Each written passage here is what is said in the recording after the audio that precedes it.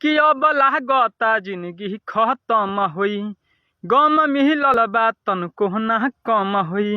कि अब लागता जिंदगी खत्म होई, गम मिलल बा तनको ना कम होई। तल भरी आजकल रहेलू बदलते, भगवानो ना चिन्हलन एकनिन के छल के। प्यार बदनाम होता लइकिन के चलते। बाबू सोना कही के लहगे बोलाई हो, धैल रही छुड़ा तहरा दिल में हालाई हो।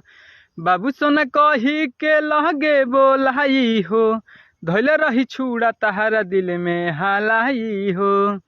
त FIR लिखाई कतल के, भगवानो ना चिन्हलन एकनिन के छल के। प्यार बदनाम होता लइकिन के चलते। छोट दीवाना ना खाता रे खाना हो, हरिलाल संगे खुश रहेली रोजाना हो। छोट दीवाना ना खाता रे खाना हो, हरिलाल उजाला खुश रहेले रोजाना हो। त सपना तूर देहलस सारा सजल के,